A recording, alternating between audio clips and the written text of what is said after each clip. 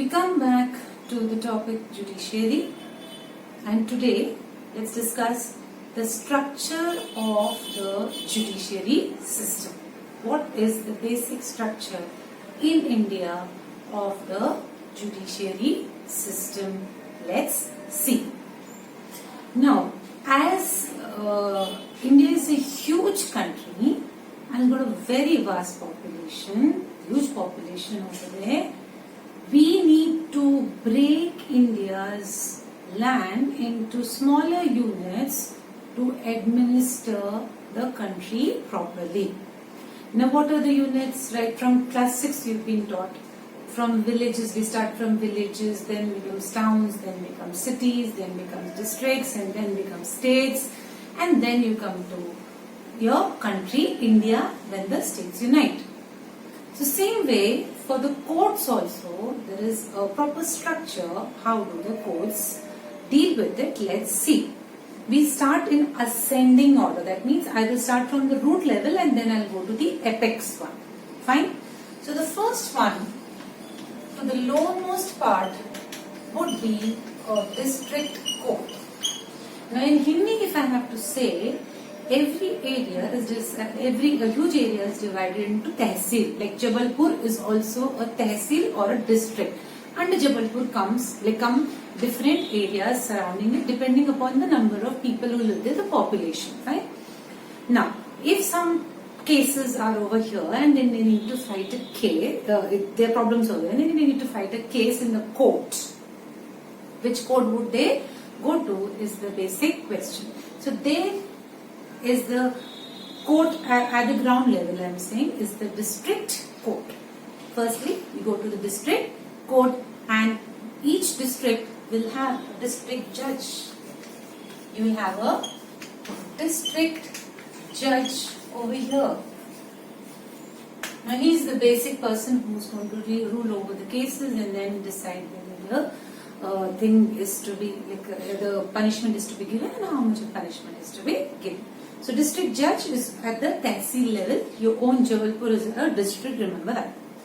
Now, if the district level you don't win the case, now what are the other options?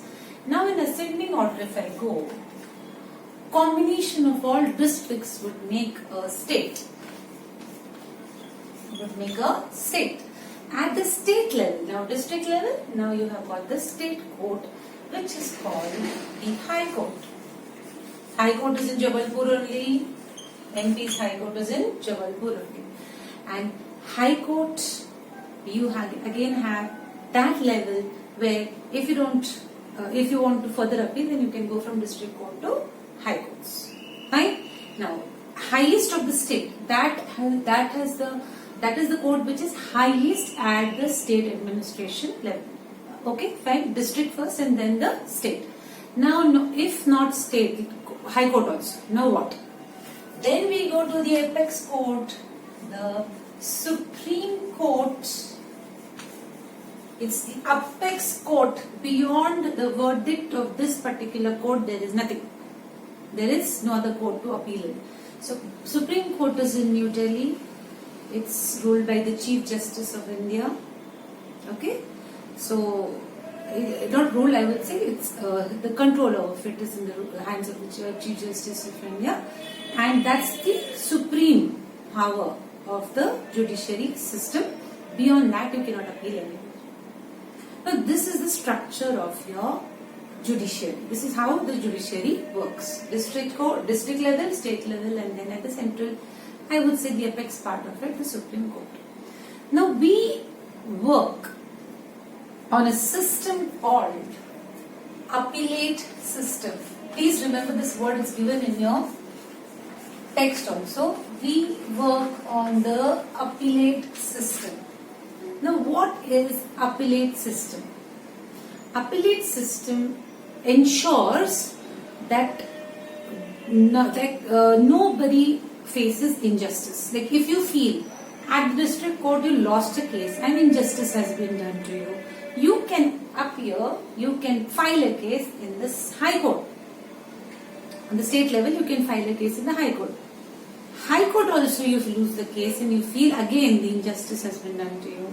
So you can go and file a case in the Supreme Court. So that's called appellate system. And there's one more remarkable thing to be noted in the mind is that अगर state district court में एक verdict आया, fine, district court में बोला कि अगर आप case हार गए, ठीक है, स्टेट कोर्ट ने वो पर्टिकुलर केस लिया, high court has taken up that case, now they are fighting. So I will take an example and tell you what it is. They are fighting over here. The state high court finds that there was an error in judgment and district court's verdict is to be overruled. ठीक है, मतलब अगर state court को लगा कि भाई साहब आपने गलत वर्डिक्ट दिया है, so what I will do is I will withdraw that particular verdict in the high court of the district court. Now district court has to abide by the state high court saying okay fine, if you have overruled my verdict I cannot do anything about it. So the lower courts bind by the verdict of the higher courts.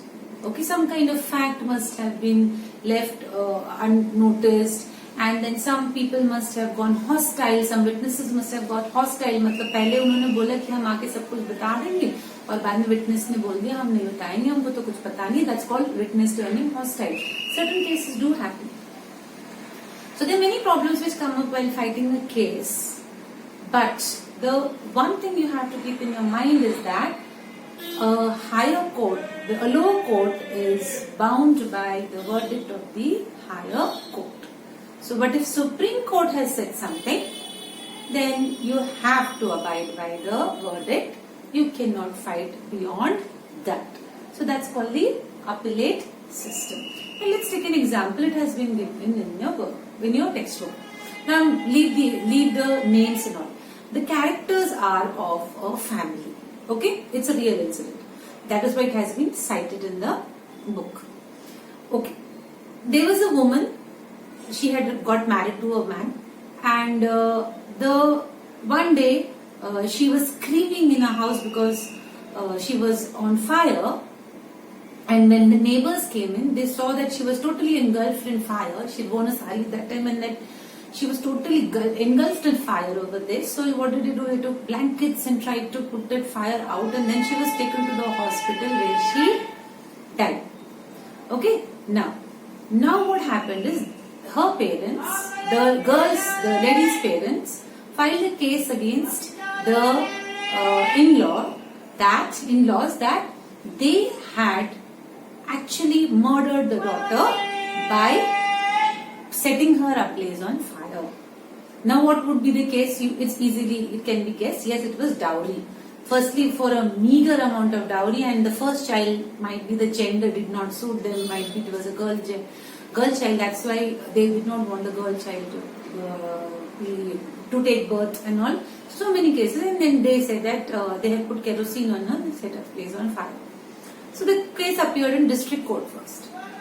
So in district court, the verdict, all the people were called, they were questioned, and the witnesses gave their statements, and the verdict came that yes, this mother-in-law of the girl and the husband and the brother-in-law were acquitted. मतलब उनको सजा मिल जाएगी, and the saza was life imprisonment.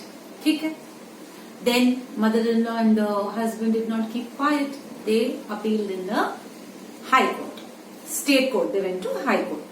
Now I don't know what manipulation they did. Somehow they managed to get rid of the case. That means they were let free because there was no proper witness at that time against them, anything acting upon them. Now, at that time, this Dowry Act had come into existence, and the women lawyers were very, very upset because of this verdict which had come. So what did the women lawyers do? They filed a case in the Supreme Court against these people that whatever has been given as a verdict is injustice to the lady who has lost her life. The Supreme Court, when the case was filed in the Supreme Court, the arguments took place for it, against it, witnesses were brought in, then statements were taken again, and then Supreme Court gave a verdict. Yes, these are the culprits. Then it declared its verdict that these are the culprits and they will be given life imprisonment. Though the brother-in-law was left free because the witness, the proof against him was not enough for him to get that punishment. But mother-in-law and the husband got life imprisonment. You saw how appellate system works. At one level, the verdict did not come in your favor. You tried the next level. There it came in your favor. Again somebody else tried in the next level. Then you failed over there, so you have to abide by the Supreme Court's verdict. Now they are in jail. So this is how gradually the structure actually sees to it. Like it 100% guarantees you that injustice won't take place. There are times when it will take a long time, as I said earlier also, to fight these cases. Might be taking 10 years, 15 years, sometimes it takes 25 years. Sometimes before the verdict comes, the person who's filed the case only dies. But still, because there's a huge population, a number of courts, a number of judges are less. But there are some special cases where the verdict comes fast. So that particular court also abides by the appellate system only. Then one by one we go step by step further in the appellate system to see whether justice had been done or not. Well, let's discuss the different branches of the judiciary system. Now, branches is nothing but in two major categories the cases which come in the court are categorized. The first one would be the criminal cases, and the second one would be the civil cases. Now let's go into the depth of each one and see what are criminal cases and what are civil cases. Let's begin with criminal cases. Now, if any act of an individual or a group or the society which is regarded as an offense by the law, where the law says this is prohibited, this is an offense, then that particular act of theirs comes under criminal cases. The examples can be theft, burglary, dowry, rapes, murders, abduction. Abduction is nothing but kidnapping. All these come under the category of the criminal cases which are regarded as offences. Fine. Now, what is the procedure of a criminal case? When a crime takes place, the person who is the sufferer goes to the police station and lodges something called an FIR. First information report. He lodges in the police station. What will the police do? When the FIR is noted and all the details are noted, the police goes to investigate about the issue. When the investigation is done, certain people's names come as the key culprits over there, like whosoever has done the particular crime. Now what happens after the investigation is done and that particular person, they have proper witness against him, and then that person is arrested. That person is arrested, then an entire charge sheet is made that these charges have been put up against this man and we are producing him in front of the court. Then the charge sheet is filed and then the judge gives his verdict that yes, this particular person either should be imprisoned or he should be charged a heavy fine. This is the procedure of a criminal case. So when it comes to civil cases, fine. Civil cases are those where your fundamental rights have been questioned or have been hampered. Somebody hampered your fundamental right. Like, for example, if I have to give an example over here, if your father says, I will give a major part of the property to the son and not to you as you are a girl, then he has violated an act over there, a law which is actually hindering in your progress. Like you are allowed to get, like Hindu Succession Amendment Act, for example, allows you to take a equal amount of property from your parents in the hierarchy.